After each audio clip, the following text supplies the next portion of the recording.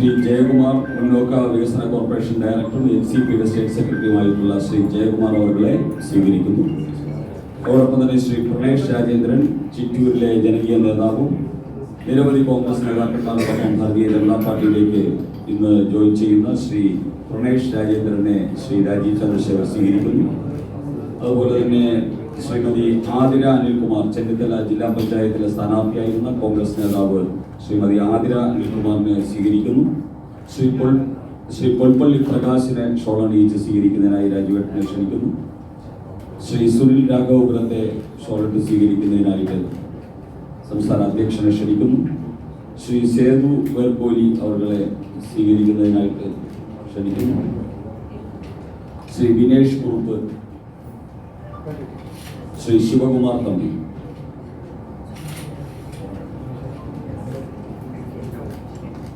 ശ്രീ ശിവകുമാർ,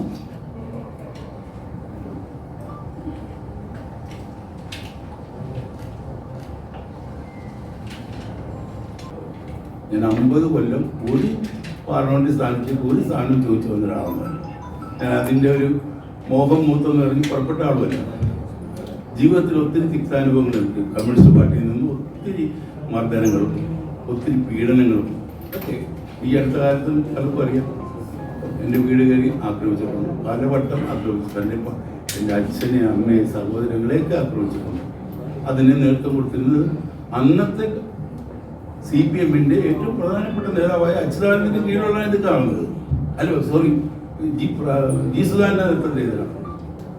അദ്ദേഹം ഇപ്പോൾ അദ്ദേഹത്തിൻ്റെ പേരിൽ സുധാകരൻ എന്നുള്ള സ്ഥാനത്ത് കാമാറ്റി പൂയെത്തുമ്പോൾ പൊട്ടിക്കരിഞ്ഞാണ് അദ്ദേഹം വെല്ലുവിളി. ഞങ്ങൾക്ക് അടിയുണ്ട്, മൂട്ടയിലുണ്ട്, ഒത്തിരി അക്രമം. എന്നേക്കാൾ കൂടുതൽ അക്രമത്തിന് ഇരയായിട്ടുള്ള ഒത്തിരി പേര് ആ പുന്നപ്പുഴയുടെ മണ്ണി, അമ്പലപ്പുഴയുടെ മണ്ണി. അപ്പോൾ അതൊക്കെ അങ്ങനെ ഒരു തീരുമാനം എടുക്കുമ്പോൾ ഞങ്ങളുമായിട്ടൊന്ന് ആലോചിക്കണമായിരുന്നു. അവിടെ എന്നോടൊപ്പം പ്രവർത്തിക്കുന്ന ഒത്തിരി സംസ്ഥാന നേതാക്കന്മാരുണ്ട്, കാർഷിക ജനതയൊക്കെ ഉണ്ട്, എല്ലാവരും ഉണ്ട്. ആരുമായിട്ടൊന്നും ആലോചിച്ചില്ല. ഡൽഹിയിൽ നിന്ന് തീരുമാനം ഇങ്ങോട്ട് വരികയാണ്. ഈ നിമിഷം വരെ ജി സുധാകരൻ കോൺഗ്രസിന് പിന്തുണ ആവശ്യപ്പെട്ടിട്ടില്ല. ഈ നിമിഷം വരെ ജി സുധാകരൻ ഐക്യജനാധിപത്യത്തിന് പിന്തുണ ആവശ്യപ്പെട്ടിട്ടില്ല. ഈ നിമിഷം വരെ പിണറായി വിജയൻ അടുത്ത 5 കൊല്ലം അധികാരത്തിൽ മാറി നിൽക്കുമെന്ന് പറഞ്ഞിട്ടില്ല. മാത്രമല്ല, അടുത്ത 5 വർഷം പിണറായി വിജയൻ മുഖ്യമന്ത്രിയായി കാണാൻ ഞാൻ ആഗ്രഹിക്കുന്നു എന്ന് പറയുന്ന ഒരു നേതാവിന്റെ വീട്ടിൽ ഇന്നത്തെ കോൺഗ്രസിന്റെ നേതാക്കന്മാർ പിന്തുണയുമായിട്ട് ചെല്ലുക എന്ന് പറഞ്ഞാൽ നാണക്കെട്ട് ഏർപ്പാടായിട്ടാണ് ഞാൻ കരുതുന്നത്. അതാണ് എൻ്റെ ഞാൻ ദീർഘമായിട്ട് സംസാരിക്കും. അദ്ദേഹത്തിന് ഇപ്പോൾ എയർപോർട്ടിൽ പോകുന്നില്ലേ, കൊണ്ടാണ് ഞാൻ വളരെ കാര്യങ്ങൾ സംസാരിക്കാം. അതുകൊണ്ട് CK കരുണാകരൻ്റെയും CA ആന്റണിയുടെയും ശ്രീ വയലാരവിയുടെയും ശ്രീ ഉമ്മൻചാണ്ടിയുടെയൊക്കെ പാരമ്പര്യം, ആ പാരമ്പര്യമുള്ള പാർട്ടിയിൽ ഇപ്പോഴത്തെ നേതാക്കന്മാരുടെ ശരീരഭാഷ നിങ്ങൾ സൂക്ഷ്മമായിട്ട് നിരീക്ഷിക്കണം. I will order, I am the state.